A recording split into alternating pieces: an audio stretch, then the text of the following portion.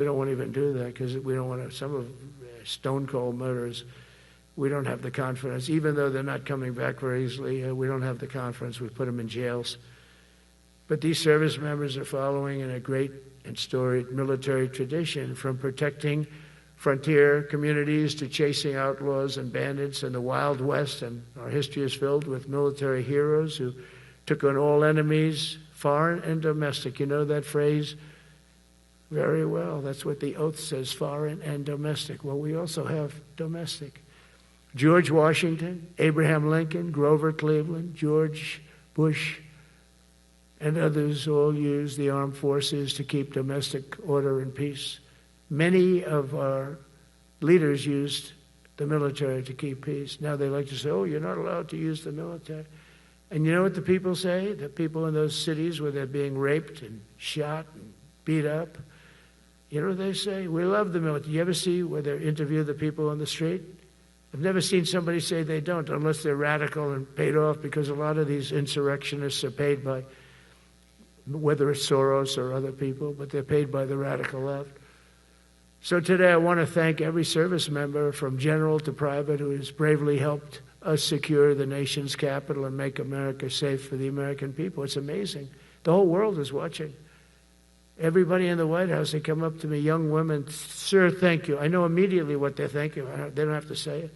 They walk to work now to the White House. We haven't had a crime in Washington in so long because we got the careers. We call them the careers.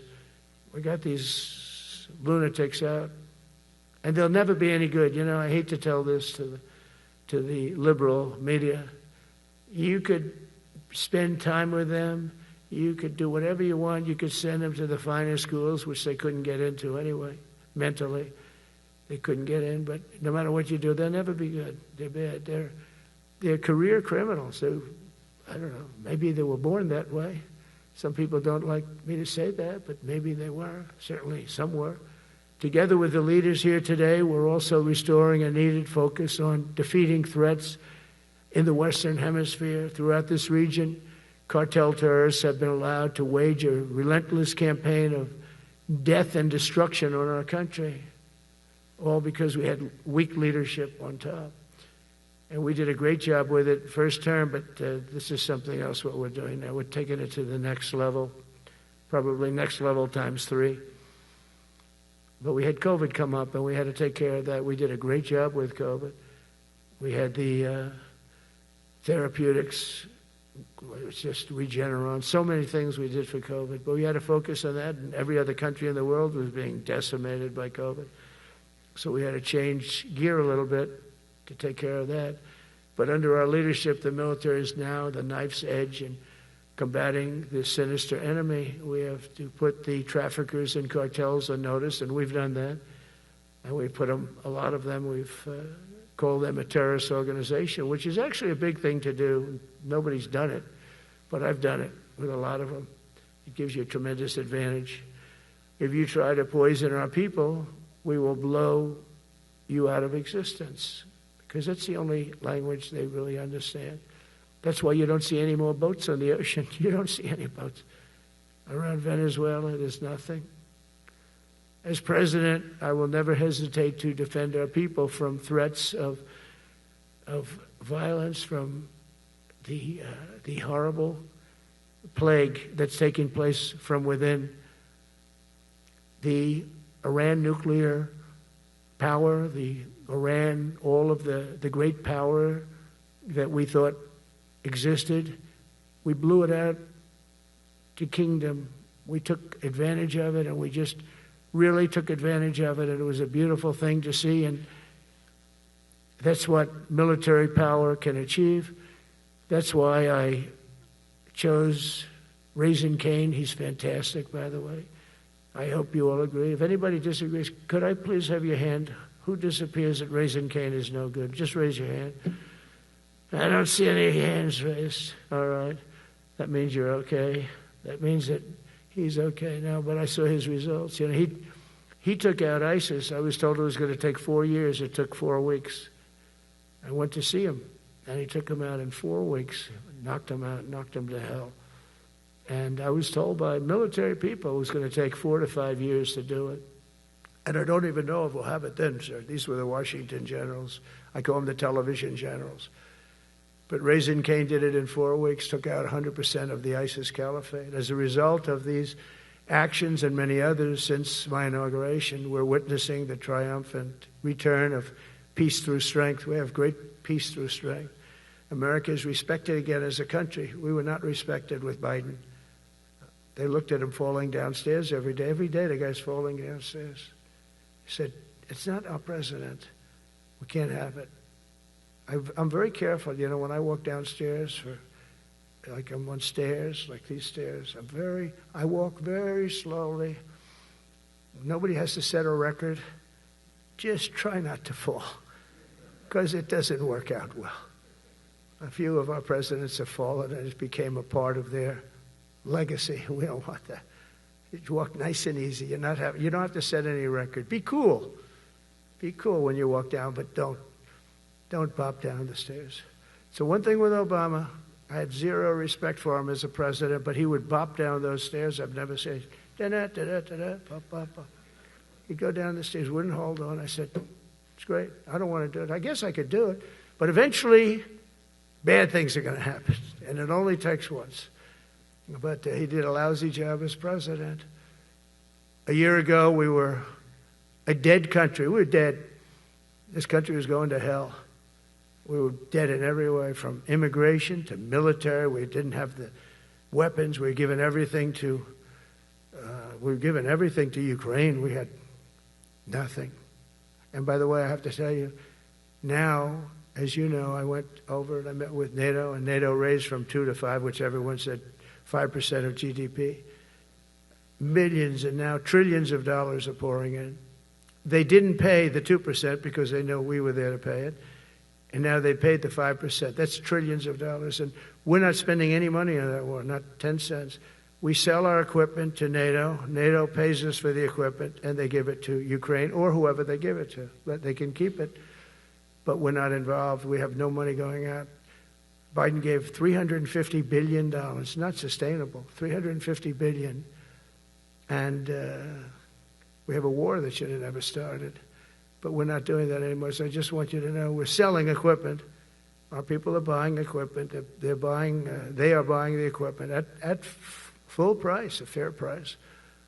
So I don't want to say we're making money, because I don't want to be making money on a war. It's too many people dying. They're losing 7,000 soldiers a week. A lot of them are Russian soldiers, but between the two countries, mostly soldiers, by the way. Sometimes, in Kiev, they'll lob a missile in, or some drones in, kill some people. But mostly it's soldiers. Russia and Ukraine are losing 7,000 souls. And they're not American. They're not us. They're not you. We have a special obligation. But they're soldiers. They're young people. They leave their parents. They wave goodbye. And then 2 days later, they're blown up so unnecessarily. And so that's the primary reason I want to get it done. We got to get it done. It's crazy what's going on. That's the worst war that there's been since World War II. The number of soldiers that are being killed there is just crazy. From 5,000 to 7,000 soldiers die a week. Think of that. So I think we'll get that done. But that's turned out to be the toughest one. I'm so disappointed in President Putin. I thought he would get this thing over with. He should have had that war done in a week. And I said to him, you don't look good. You're 4 years fighting a war that should have taken a week. Are you a paper tiger? And it's a shame. But I think eventually we'll get that one done, just like in theory, I want to knock on wood, because you never know. It's like we're going to have the Middle East done, which is actually a much harder thing to do. I mean, thousands of years. But we have to get that war done. So now just think of it, we're a dead country. I was with the King of Saudi Arabia, a great guy. I was with the Emir of Qatar. I was with the great leadership of UAE. I was over there. We brought back $2 trillion and more. They ordered 200 planes, Boeings. They ordered so much, and they were great. But they all said essentially the same thing. They said, 1 year ago, you were a dead country. And now you're the hottest country anywhere in the world. We're the hottest country in the world right now. The absolute hottest country in the world. There's nobody even close. Putin said that to me. We met in Alaska, had a good meeting. Then he went back and started sending drones into Kiev. I said, I thought we had a good meeting. But it's one of those things. But we were a dead country a year ago. And now we're the hottest country anywhere in the world. Think of that. You can be proud of that. And you must have felt like hell when you have a wife or a husband at home and you used to read the numbers that we can't get people to join the Army, Navy, Air Force, Marines, Coast Guard. You must have felt like, I have a job that nobody wants. That doesn't feel good. Well, now you have a job that is brimming over with people wanting it. They want it. And you're able to get a much higher quality because now you have your choice. You want so many. And we're going to have many, many people that aren't going to be able to join because of the fact that we don't need them at this moment. But think of it, what a difference that is from, I could just imagine 2 years ago, you're reading front page articles in the New York Times, of course, and Wall Street Journal. They always give us unfair stories.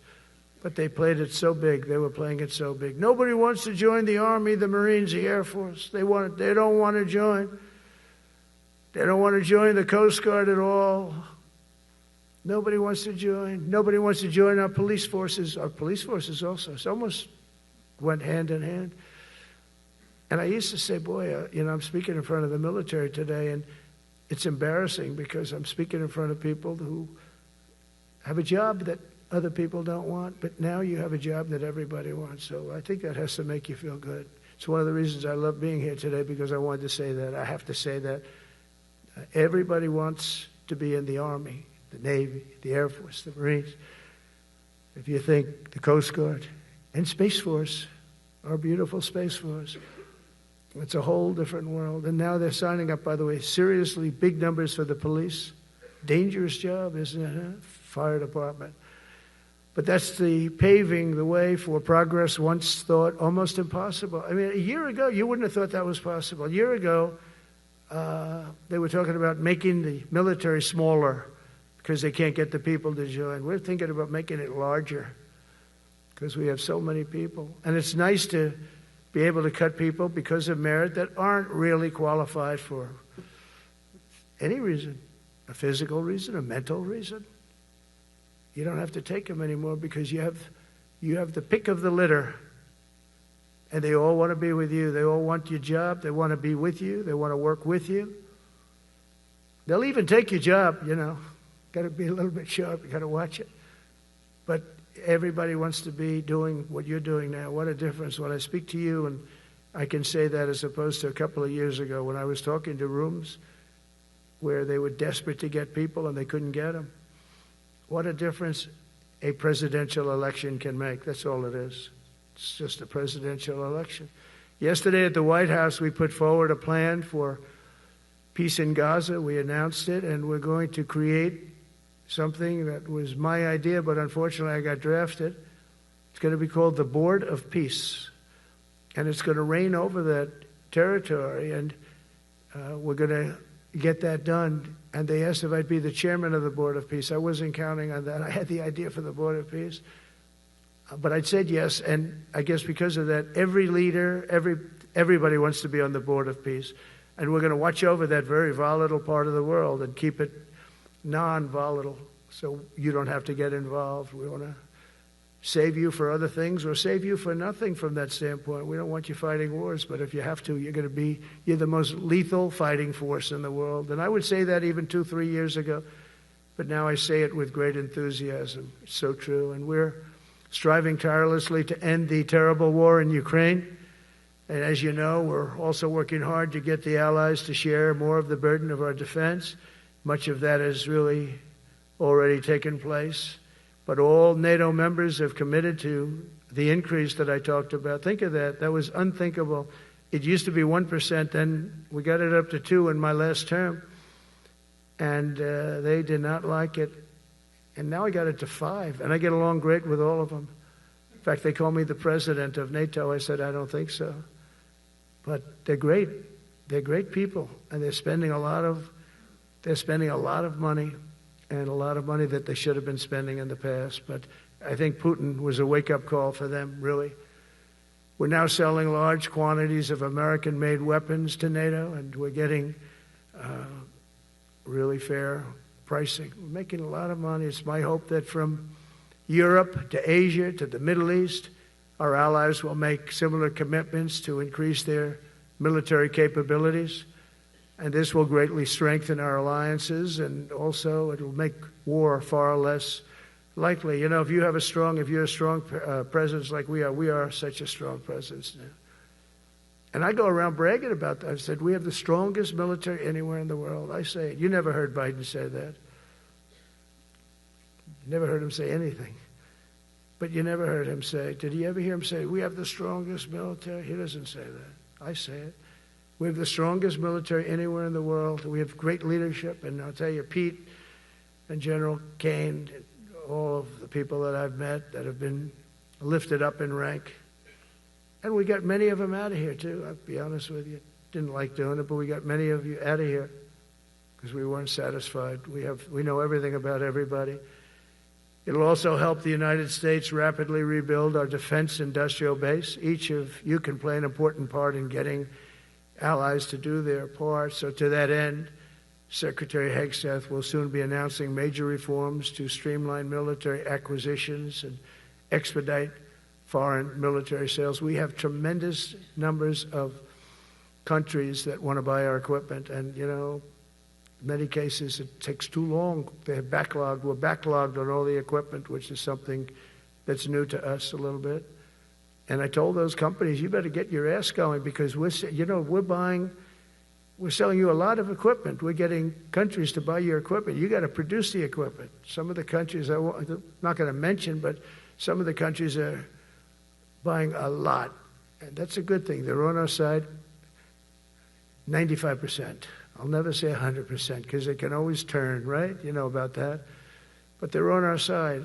The problem is we have to get the companies that make this equipment, and we make the best equipment in the world, but they got to make it faster. We have orders for the F-35. We have orders for everything. The new F-47. We have orders for everything.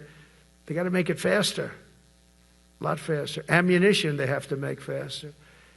In the coming months, we'll be making even more historic announcements to fully embrace the identity of the Department of War. I love the name. I think it's so great. I think it stops wars. The Department of War is going to stop wars. If we are as ruthless and relentless as our enemies, the United States Armed Forces will be totally unmatched in the future. We have a group of enemies that are very ruthless and very smart, but they can't match us. They can't match us. They don't even come close to matching us.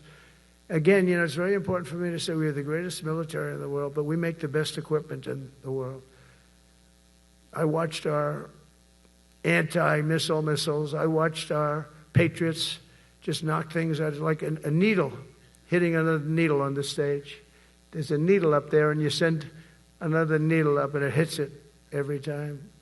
During the war, we went 14 for 14. We had 14, this is with Iran, we had 14 missiles coming at us.